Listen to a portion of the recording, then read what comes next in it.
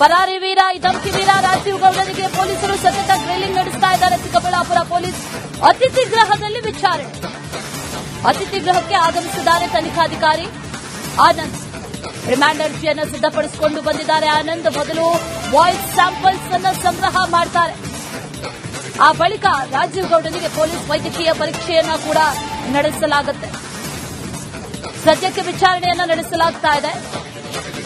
ಸರಿಸುಮಾರು 13 ದಿನಗಳ ಕಾಲ ಈತ ಇದ್ದಿದ್ದಲ್ಲಿ ಸಹಾಯ ಮಾಡಿದ್ಯಾರು, ಎಸ್ಕೇಪ್ ಆಗಿದ್ಯಾಕೆ, ಇದೆಲ್ಲ ವಿಚಾರಗಳು ಒಂದು ಕಡೆ ಆದ್ರೆ ಮತ್ತೊಂದು ಕಡೆಯಲ್ಲಿ ಆತನೇ ಧಮಕಿ ಹಾಕಿರುವಂತಹ ಆ ಆಡಿಯೋ ಹಾಗೆ ಈತನ ವಾಯ್ಸ್ ಸ್ಯಾಂಪಲ್ಸ್ ಎರಡನ್ನೂ ಕೂಡ ಮ್ಯಾಚ್ ಮಾಡಬೇಕಾಗುತ್ತೆ. ಹಾಗಾಗಿ ವಾಯ್ಸ್ ಸ್ಯಾಂಪಲ್ಸ್ ಅನ್ನ ಕೂಡ ಮೊದಲಿಗೆ ಪಡಿತಾರೆ ಅನ್ನುವಂತ ಮಾಹಿತಿ. ಸದ್ಯಕ್ಕಾತ ಗೆಸ್ಟ್ ಹೌಸ್ ನಲ್ಲಿ ವಿಚಾರಣೆಯನ್ನ ನಡೆಸ್ತಾ ಇದ್ದಾರೆ. ಚಿಕ್ಕಬಳ್ಳಾಪುರಕ್ಕೆ ಕರೆತರಲಾಗಿದೆ.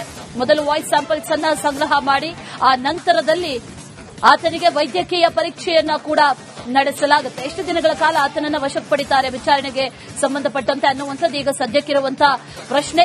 ಆದರೆ ಪೊಲೀಸ್ ಅತಿಥಿ ಗೃಹದಲ್ಲಿ ವಿಚಾರಣೆ ನಡೀತಾ ಇದೆ, ಗ್ರಿಲ್ಲಿಂಗ್ ನಡೀತಾ ಇದೆ ಅನ್ನುವಂಥ ಒಂದಷ್ಟು ಮಾಹಿತಿ ಕೂಡ ಸಿಗ್ತಾ ಇದೆ. ತನಿಖಾಧಿಕಾರಿ ಆಗಿರುವಂತಹ ಆನಂದ್ ಈಗ ಅತಿಥಿ ಗೃಹಕ್ಕೂ ಕೂಡ ಆಗಮಿಸಿದ್ದಾರೆ ಅನ್ನುವಂತ ಮಾಹಿತಿ ಇದೆ. ಆಡಿಯೋ ಕ್ಲಿಪ್ಪಿಂಗ್ಸ್ ಸಿಕ್ಕಿರೋದ್ರಿಂದ, ಆಡಿಯೋ ಸ್ಯಾಂಪಲ್ ಸಿಕ್ಕಿರೋದ್ರಿಂದ ಅದಕ್ಕೂ ಹಾಗೆ ಈತನ ಧ್ವನಿಗೂ ಕೂಡ ಮ್ಯಾಚ್ ಮಾಡಿ ಆ ನಂತರದಲ್ಲಿ ತನಿಖೆ ಮುಂದುವರಿಸುತ್ತಾರೆ. ಮೊದಲು ವಾಯ್ಸ್ ಸ್ಯಾಂಪಲ್ಸ್ ಪಡಿತಾರೆ. ಹಾಗಾಗಿ ಈತನೇ ಮಾತಾಡಿರೋದು ಅನ್ನುವಂಥದ್ದನ್ನ ಕನ್ಫರ್ಮ್ ಮಾಡಿಕೊಳ್ಳುವಂತ ನಿಟ್ಟಿನಲ್ಲಿ ಆ ಬಳಿಕ ಈತನಿಗೆ ವೈದ್ಯಕೀಯ ಪರೀಕ್ಷೆಯನ್ನ ಕೂಡ ನಡೆಸುತ್ತಾರೆ ಅನ್ನುವಂತ ಮಾಹಿತಿ. ನಿನ್ನೆಯಿಂದಲೂ ಕೂಡ ಈತನ ತನಿಖೆ ನಡೀತಾ ಇದೆ, ವಿಚಾರಣೆ ನಡೀತಾ ಇದೆ.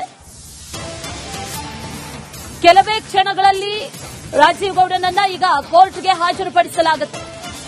ರಾಜೀವ್ ಗೌಡ ಕೋರ್ಟ್ಗೆ ಹಾಜರಾಗ್ತಾ ಇರುವಂತಹ ಹಿನ್ನೆಲೆಯಲ್ಲಿ ಅಲ್ಲೂ ಕೂಡ ಭದ್ರತೆಯನ್ನು ವಹಿಸಲಾಗಿದೆ. ಶಿಡ್ಡಘಟ್ಟ ಪೊಲೀಸ್ ಠಾಣೆ ಜೊತೆಗೆ ಕೋರ್ಟ್ ಬಳಿ ಬಿಗಿ ಬಂದೋಬಸ್ತ್.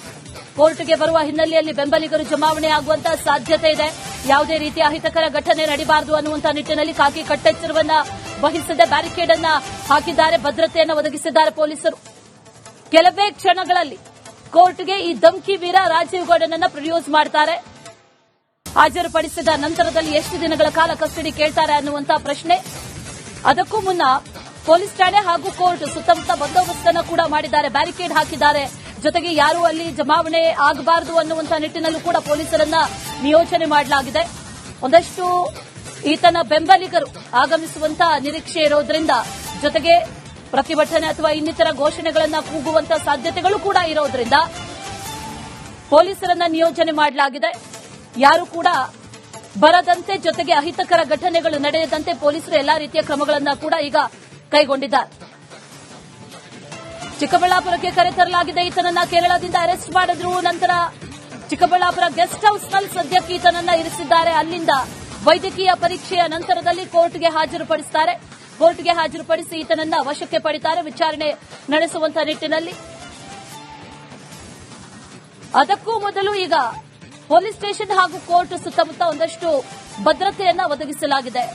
ಯಾವುದೇ ರೀತಿಯ ಅಹಿತಕರ ಘಟನೆಗಳು ನಡೀಬಾರದು ಅನ್ನುವಂತಹ ನಿಟ್ಟಿನಲ್ಲೂ ಕೂಡ ಪೊಲೀಸರು ಎಲ್ಲಾ ರೀತಿಯ ಭದ್ರತೆಯನ್ನು ಒದಗಿಸಿದ್ದಾರೆ ಅನ್ನುವಂತ ಮಾಹಿತಿ. ನಿನ್ನೆ ಅರೆಸ್ಟ್ ಆದ ಆ ನಂತರದಲ್ಲಿ ಆತನನ್ನ ಕರೆತಂದ ನಂತರದಲ್ಲಿ ಈಗ ಇದೇ ಗೆಸ್ಟ್ ಹೌಸ್ ಸ್ಕ್ರೀನಲ್ಲಿ ಕಾಣಿಸ್ತಾ ಇದೆಯಲ್ಲ, ಅದೇ ಗೆಸ್ಟ್ ಹೌಸ್ನಲ್ಲಿ ಆತನನ್ನ ಸದ್ಯಕ್ಕೆ ಇರಿಸಿದ್ದಾರೆ. ಅಲ್ಲಿಂದ ವೈದ್ಯಕೀಯ ಪರೀಕ್ಷೆ, ಆ ನಂತರ ಕೋರ್ಟ್ಗೆ ಹಾಜರುಪಡಿಸುತ್ತಾರೆ. ಆ ನಂತರ ಆತನನ್ನ ವಶಕ್ಕೆ ಪಡಿತಾರೆ, ವಿಚಾರಣೆಯನ್ನ ನಡೆಸುತ್ತಾರೆ. ಇದೆಲ್ಲವೂ ಪ್ರಾಸೆಸ್ ಆದರೆ ಅದಕ್ಕೂ ಮೊದಲು ಒಂದಷ್ಟು ಪ್ರಶ್ನೆಗಳು, ಅನುಮಾನಗಳೀಗ ಕಾಡ್ತಾ ಇರೋದು. ಅದೇ ನಿಟ್ಟಿನಲ್ಲಿ ಪೊಲೀಸರು ಕೂಡ ತನಿಖೆಯನ್ನ ನಡೆಸ್ತಾ ಇದ್ದಾರೆ ಅನ್ನುವಂಥ ಮಾಹಿತಿ. ಮೊದಲು ವಾಯ್ಸ್ ಸ್ಯಾಂಪಲ್ಸ್ ಅನ್ನ ಪಡೆದುಕೊಳ್ತಾರೆ, ಆ ನಂತರದಲ್ಲಿ ವೈದ್ಯಕೀಯ ಪರೀಕ್ಷೆಯನ್ನ ಕೂಡ ನಡೆಸಲಿದ್ದಾರೆ.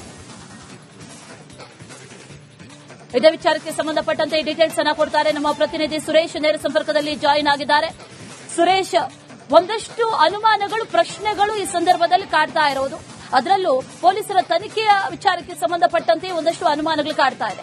ಯಾರೇ ಆದರೂ ಕೂಡ ವಿಚಾರಣೆ ನಡೀಬೇಕು, ತನಿಖೆ ನಡೀಬೇಕು ಅನ್ನುವಂತಹ ಸಂದರ್ಭದಲ್ಲಿ ಡೈರೆಕ್ಟ್ ಆಗಿ ಸ್ಟೇಷನ್ ಕರ್ಕೊಂಡು ಬಂದು ಅಲ್ಲಿ ವಿಚಾರಣೆ ನಡೆಸ್ತಾರೆ. ಆದರೆ ಈತನಿಗೆ ಯಾಕೆ ಇಂಥ ರಾಯಲ್ ಟ್ರೀಟ್ಮೆಂಟ್, ಈತನನ್ನ ಯಾಕೆ ಗೆಸ್ಟ್ ಹೌಸ್ ಅಲ್ಲಿ ಇಟ್ಟಿದ್ದಾರೆ ಅನ್ನುವಂತಹ ಪ್ರಶ್ನೆ ಈಗ ಒಂದು. ಅದರ ಜೊತೆಯಲ್ಲಿ ಮುಂದಿನ ಕೋರ್ಟ್ಗೆ ಹಾಜರುಪಡಿಸುವಂತಹ ಪ್ರಕ್ರಿಯೆ ಇದೆಲ್ಲವೂ ಕೂಡ ಯಾವಾಗ ನಡೆಯುತ್ತೆ, ಏನ್ ಡೀಟೇಲ್ಸ್ ಇದೆ ಇದ್ರ ಬಗ್ಗೆ?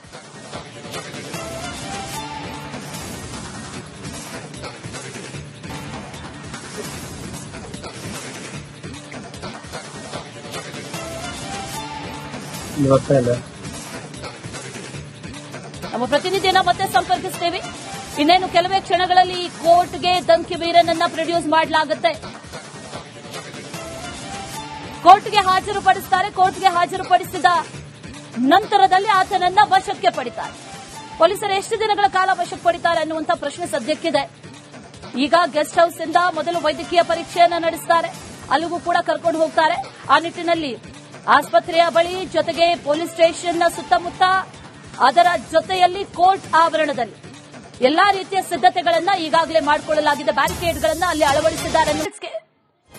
ಪರಾರಿ ವೀರ, ಧಮ್ಕಿ ವೀರ ರಾಜೀವ್ ಗೌಡನಿಗೆ ಪೊಲೀಸರು ಸತತ ಗ್ರಿಲ್ಲಿಂಗ್ ನಡೆಸ್ತಾ ಇದ್ದಾರೆ. ಚಿಕ್ಕಬಳ್ಳಾಪುರ ಪೊಲೀಸ್ ಅತಿಥಿ ಗೃಹದಲ್ಲಿ ವಿಚಾರಣೆ. ಅತಿಥಿ ಗೃಹಕ್ಕೆ ಆಗಮಿಸಿದ್ದಾರೆ ತನಿಖಾಧಿಕಾರಿ ಆನಂದ್. ರಿಮಾಂಡ್ ಅರ್ಜಿಯನ್ನು ಸಿದ್ದಪಡಿಸಿಕೊಂಡು ಬಂದಿದ್ದಾರೆ ಆನಂದ್. ಮೊದಲು ವಾಯ್ಸ್ ಸ್ಯಾಂಪಲ್ಸ್ ಅನ್ನು ಸಂಗ್ರಹ ಮಾಡ್ತಾರೆ.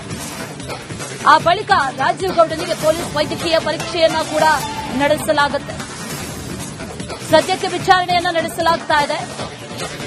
ಸರಿಸುಮಾರು 13 ದಿನಗಳ ಕಾಲ ಈತ ಇದ್ದಿದ್ದಲ್ಲಿ, ಸಹಾಯ ಮಾಡಿದ್ಯಾರು, ಎಸ್ಕೇಪ್ ಆಗಿದ್ಯಾಕೆ, ಇದೆಲ್ಲಾ ವಿಚಾರಗಳು ಒಂದು ಕಡೆಯಾದ್ರೆ ಮತ್ತೊಂದು ಕಡೆಯಲ್ಲಿ ಆತನೇ ಧಮ್ಕಿ ಹಾಕಿರುವಂತಹ ಆ ಆಡಿಯೋ ಹಾಗೆ ಈತನ ವಾಯ್ಸ್ ಸ್ಯಾಂಪಲ್ಸ್ ಎರಡನ್ನೂ ಕೂಡ ಮ್ಯಾಚ್ ಮಾಡಬೇಕಾಗುತ್ತೆ. ಹಾಗಾಗಿ ವಾಯ್ಸ್ ಸ್ಯಾಂಪಲ್ಸ್ ಅನ್ನ ಕೂಡ ಮೊದಲಿಗೆ ಪಡಿತಾರೆ ಅನ್ನುವಂತ ಮಾಹಿತಿ. ಸದ್ಯಕ್ಕಾತ ಗೆಸ್ಟ್ ಹೌಸ್ ನಲ್ಲಿ ವಿಚಾರಣೆಯನ್ನ ನಡೆಸುತ್ತಾ ಇದ್ದಾರೆ. ಚಿಕ್ಕಬಳ್ಳಾಪುರಕ್ಕೆ ಕರೆತರಲಾಗಿದೆ. ಮೊದಲು ವಾಯ್ಸ್ ಸ್ಯಾಂಪಲ್ಸ್ ಅನ್ನ ಸಂಗ್ರಹ ಮಾಡಿ ಆ ನಂತರದಲ್ಲಿ ಆತನಿಗೆ ವೈದ್ಯಕೀಯ ಪರೀಕ್ಷೆಯನ್ನ ಕೂಡ ನಡೆಸಲಾಗುತ್ತೆ. ಎಷ್ಟು ದಿನಗಳ ಕಾಲ ಆತನನ್ನ ವಶಕ್ಕೆ ಪಡಿತಾರೆ ವಿಚಾರಣೆಗೆ ಸಂಬಂಧಪಟ್ಟಂತೆ ಅನ್ನುವಂಥದ್ದು ಈಗ ಸದ್ಯಕ್ಕಿರುವಂತಹ ಪ್ರಶ್ನೆ. ಆದರೆ ಪೊಲೀಸ್ ಅತಿಥಿ ಗೃಹದಲ್ಲಿ ವಿಚಾರಣೆ ನಡೀತಾ ಇದೆ, ಗ್ರಿಲ್ಲಿಂಗ್ ನಡೀತಾ ಇದೆ ಅನ್ನುವಂಥ ಒಂದಷ್ಟು ಮಾಹಿತಿ ಕೂಡ ಸಿಗ್ತಾ ಇದೆ. ತನಿಖಾಧಿಕಾರಿ ಆಗಿರುವಂತಹ ಆನಂದ್ ಈಗ ಅತಿಥಿ ಗೃಹಕ್ಕೂ ಕೂಡ ಆಗಮಿಸಿದ್ದಾರೆ ಅನ್ನುವಂಥ ಮಾಹಿತಿ ಇದೆ. ಆಡಿಯೋ ಕ್ಲಿಪ್ಪಿಂಗ್ಸ್ ಸಿಕ್ಕಿರೋದ್ರಿಂದ, ಆಡಿಯೋ ಸ್ಯಾಂಪಲ್ ಸಿಕ್ಕಿರೋದ್ರಿಂದ ಅದಕ್ಕೂ ಹಾಗೆ ಈತನ ಧ್ವನಿಗೂ ಕೂಡ ಮ್ಯಾಚ್ ಮಾಡಿ ಆ ನಂತರದಲ್ಲಿ ತನಿಖೆ ಮುಂದುವರಿಸುತ್ತಾರೆ. ಮೊದಲು ವಾಯ್ಸ್ ಸ್ಯಾಂಪಲ್ಸ್ ಪಡಿತಾರೆ. ಹಾಗಾಗಿ ಈತನೇ ಮಾತಾಡಿರೋದು ಅನ್ನುವಂಥದ್ದನ್ನ ಕನ್ಫರ್ಮ್ ಮಾಡಿಕೊಳ್ಳುವಂತ ನಿಟ್ಟಿನಲ್ಲಿ ಆ ಬಳಿಕ ಈತನಿಗೆ ವೈದ್ಯಕೀಯ ಪರೀಕ್ಷೆಯನ್ನ ಕೂಡ ನಡೆಸುತ್ತಾರೆ ಅನ್ನುವಂತ ಮಾಹಿತಿ. ನಿನ್ನೆಯಿಂದಲೂ ಕೂಡ ಈತನ ತನಿಖೆ ನಡೀತಾ ಇದೆ, ವಿಚಾರಣೆ ನಡೀತಾ ಇದೆ. ಕೆಲವೇ ಕ್ಷಣಗಳಲ್ಲಿ ರಾಜೀವ್ ಗೌಡನನ್ನ ಈಗ ಕೋರ್ಟ್ಗೆ ಹಾಜರುಪಡಿಸಲಾಗುತ್ತೆ. ರಾಜೀವ್ ಗೌಡ ಕೋರ್ಟ್ಗೆ ಹಾಜರಾಗ್ತಾ ಇರುವಂತಹ ಹಿನ್ನೆಲೆಯಲ್ಲಿ ಅಲ್ಲೂ ಕೂಡ ಭದ್ರತೆಯನ್ನು ವಹಿಸಲಾಗಿದೆ. ಶಿಡ್ಲಘಟ್ಟ ಪೊಲೀಸ್ ಠಾಣೆ ಜೊತೆಗೆ ಕೋರ್ಟ್ ಬಳಿ ಬಿಗಿ ಬಂದೋಬಸ್ತ್. ಕೋರ್ಟ್ಗೆ ಬರುವ ಹಿನ್ನೆಲೆಯಲ್ಲಿ ಬೆಂಬಲಿಗರು ಜಮಾವಣೆ ಆಗುವಂತಹ ಸಾಧ್ಯತೆ ಇದೆ. ಯಾವುದೇ ರೀತಿಯ ಅಹಿತಕರ ಘಟನೆ ನಡೀಬಾರದು ಅನ್ನುವಂತಹ ನಿಟ್ಟಿನಲ್ಲಿ ಖಾಕಿ ಕಟ್ಟೆಚ್ಚರವನ್ನ ವಹಿಸದೆ ಬ್ಯಾರಿಕೇಡ್ ಅನ್ನ ಹಾಕಿದ್ದಾರೆ. ಭದ್ರತೆಯನ್ನು ಒದಗಿಸಿದ್ದಾರೆ ಪೊಲೀಸರು. ಕೆಲವೇ ಕ್ಷಣಗಳಲ್ಲಿ ಕೋರ್ಟ್ಗೆ ಈ ಧಮ್ಕಿ ವೀರ ರಾಜೀವ್ ಗೌಡನನ್ನ ಪ್ರೊಡ್ಯೂಸ್ ಮಾಡ್ತಾರೆ. ಹಾಜರುಪಡಿಸಿದ ನಂತರದಲ್ಲಿ ಎಷ್ಟು ದಿನಗಳ ಕಾಲ ಕಸ್ಟಡಿ ಕೇಳ್ತಾರೆ ಅನ್ನುವಂತಹ ಪ್ರಶ್ನೆ. ಅದಕ್ಕೂ ಮುನ್ನ ಪೊಲೀಸ್ ಠಾಣೆ ಹಾಗೂ ಕೋರ್ಟ್ ಸುತ್ತಮುತ್ತ ಬಂದೋಬಸ್ತನ್ನು ಕೂಡ ಮಾಡಿದ್ದಾರೆ, ಬ್ಯಾರಿಕೇಡ್ ಹಾಕಿದ್ದಾರೆ. ಜೊತೆಗೆ ಯಾರೂ ಅಲ್ಲಿ ಜಮಾವಣೆ ಆಗಬಾರದು ಅನ್ನುವಂತಹ ನಿಟ್ಟಿನಲ್ಲೂ ಕೂಡ ಪೊಲೀಸರನ್ನ ನಿಯೋಜನೆ ಮಾಡಲಾಗಿದೆ.